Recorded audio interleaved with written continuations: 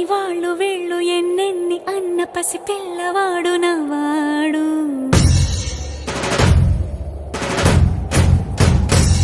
విడుముండోడు అని ఊరు వాడ అనుకున్న గాని మహారాజు నాకు నవాడు.